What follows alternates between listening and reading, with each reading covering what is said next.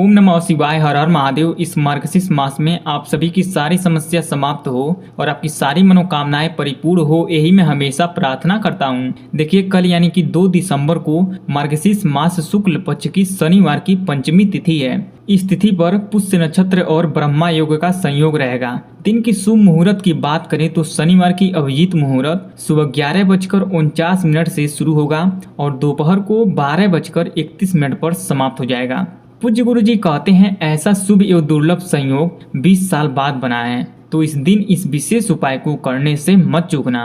बस पीपल वृक्ष पर हाथ रखकर एक चमत्कारी चीज को बोल देना, जो मांगोगे वो मिलेगा। धन की प्राप्ति होगी, गरीबी अमीरी में बदलेगी और आपकी अधूरी मनोकामनाएं भी परिपूर्ण होगी। देखिए, मार्गशीर्ष मास की पंचमी का बहुत ही महत्व है, आपके जीवन से सारे दोष को दूर करेगी। गुरुजी कहते हैं, यदि आपकी कोई इच्छा है, कोई मनोकामना है जो काफी दिनों से परिपूर्ण ही नहीं हो रही है, बहुत प्रयास कर लिए, बहुत उपाय को कर लिए, फिर भी आपकी मनोकामनाएं परिपूर्ण ही नहीं हो रही है, तो आज के दिन इस विशेष उपाय को एक बार कर लेना, आपकी अधूरी से अधूरी मनोकामनाएं परिपूर्ण हो जाएगी। गुरुजी कहते हैं, यदि धन की बहुत समस्या है, पैसा पास में टिक ही नहीं रहा है, इधर से आता है उधर से चला जाता है, 100 कमाते हैं 200 खर्च हो जाते हैं, यदि कमाई से ज्यादा खर्च हो जाते हैं, तो आज के दिन इस विशेष उपाय को कर लेना, आपका पैसा टिकने लगेगा, धन लक्ष्मी का आगमन होने लगेगा। गुरुजी ये भी कहते हैं, यदि जिन लोगों को सफलता नहीं मिल रही है तो वो लोग इस उपाय को करें, तरक्की के नए नए रास्ते खुल जाएंगे। बस पीपल वृक्ष को छू कर चले आना।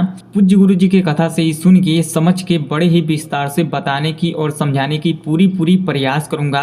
अगर आप भगवान भोलेनाथ जी के अनंत भक्त हैं, उनकी कृपा पाना चाहते हैं तो वीडियो को लाइक करें और गरीबी को अमीरी में बदलना चाहते हो तो चैनल को सब्सक्राइब करें और कमेंट में जय महादेव, जय भगवान विष्णु, जय शनिदेव अवश्य लिख दें। देखिए, इस पूरे वीडियो में पूज्य गुरु जी के बताए गए 3 बहुत ही खास उपाय को बताऊंगा। वीडियो को पूरा जरूर देखिएगा।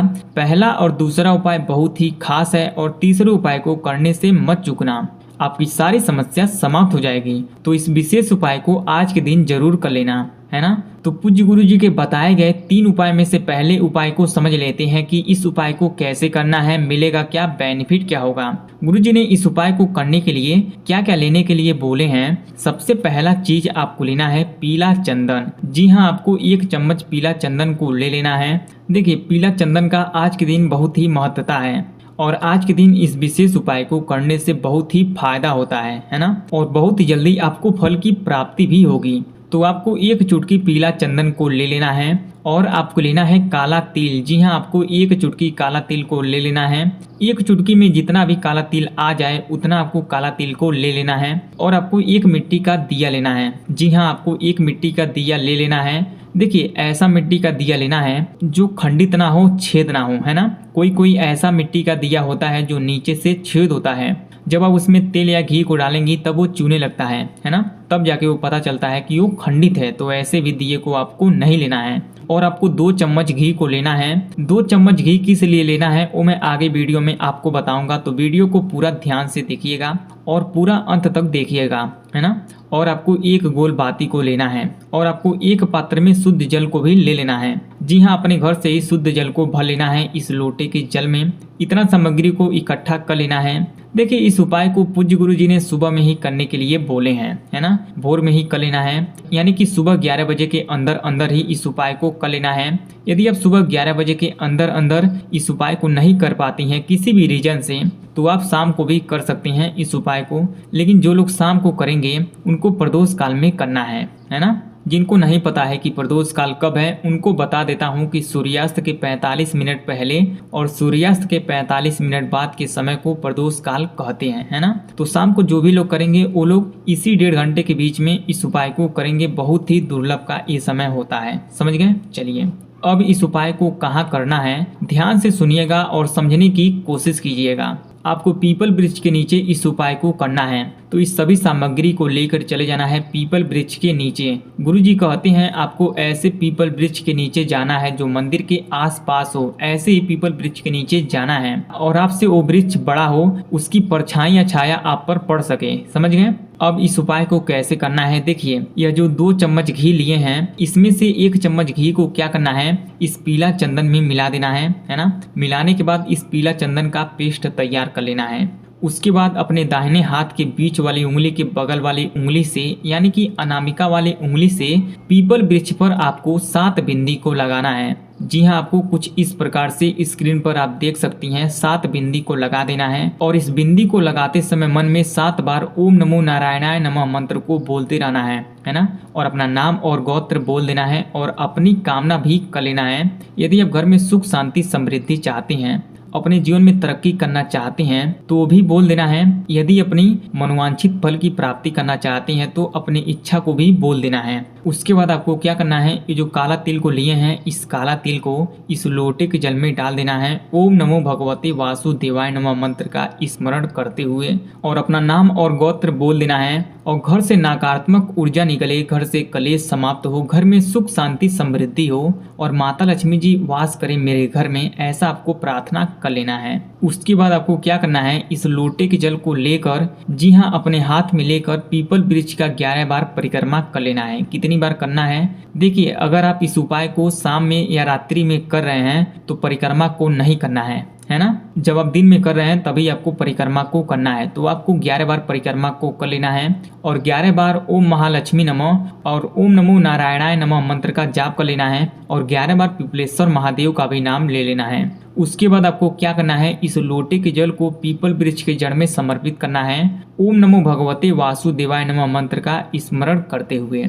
उसके बाद आपको क्या करना है, अंत में इस दीपक को पीपल वृक्ष के जड़ में प्रज्वलित कर देना है। देखिए अपना मुख उत्तर दिशा की ओर करके इस दीपक को प्रज्वलित करना है। कैसे करना है, देखिए पीपल वृक्ष के जड़ में इस दिया को रखना है, इसमें 1 चम्मच घी को डालना है, बाती को डालना है और ओम नमः शिवाय ओम नमो भगवते वासुदेवाय नमः मंत्र का स्मरण करते हुए इस दीपक को जला देना है ना।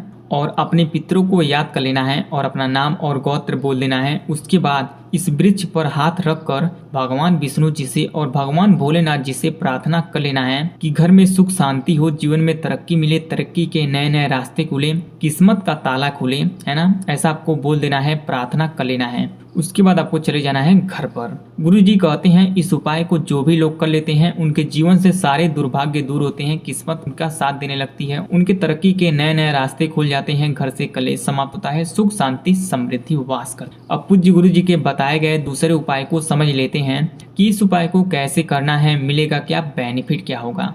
देखिए इस उपाय को करने के लिए आपको लेना है 1 चम्मच हल्दी। जी हाँ, आपको 1 चम्मच हल्दी को ले लेना है। देखिए आज के दिन हल्दी का भी बहुत ही महत्व है। और आपको 9 काला तिल को भी ले लेना है और आपको एक छोटे से कलश में जल को ले लेना है। जी हाँ, अपने घर से ही शुद्ध जल को भर लेना है। इतना सामग्री को इकट्ठा कर लेना है। देखिए आज के दिन इस सामग्री से इस विशेष उपाय को करने से आपका बहुत ही फायदा होगा, है ना।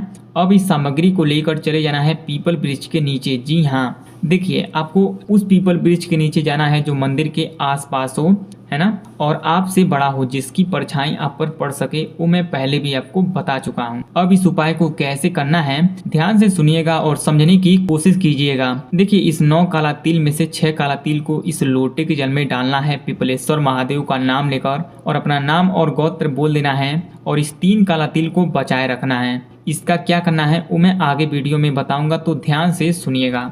अब इस हल्दी को इसी लोटे के जल में डाल देना है, अपना नाम और गोत्र बोलकर और अपनी कामना भी कर लेना है। जो भी आपकी मनोकामना हो, जिसे आप पूरा करना चाहते हैं, जो हृदय की बात है उसे पूरा करना चाहते हैं, तो उसे बोल देना है, प्रार्थना कर लेना है। उसके बाद इस लोटे के जल को अपने हाथ में लेकर पीपल वृक्ष का 11 बार परिक्रमा कर लेना है और 11 बार ओम नमः शिवाय मंत्र को बोलकर और अपना नाम और गोत्र बोलकर परिक्रमा करना है। उसके बाद इस लोटे के जल को इस पीपल वृक्ष के जड़ में समर्पित कर देना है और ओम नमः शिवाय और ओम नमः शिवाय मंत्र को बोल देना है और मेरी ये मनोकामना है, इसे पूरा करने की कृपा करें, जीवन से धन की सारी समस्या समाप्त हो, ऐसा आपको बोल देना है, प्रार्थना कर लेना है। उसके बाद थोड़ा सा जल इस लोटे के जल में बचा लेना है। उसके बाद अपने हाथ को पीपल वृक्ष पर रखकर कुछ इस प्रकार से अपने मन की कामना को बोल देना है और अपना नाम और गोत्र बोल देना है और अपना नाम ले लेना है। उसके बाद इस लोटे के जल में जो थोड़ा सा जल को बचाई है उसे और इस 3 काला तिल को लेकर चले जाना है अपने घर पर। वहां पर जाने के बाद इस लोटे के जल को अपने पूरे घर में छिड़क देना है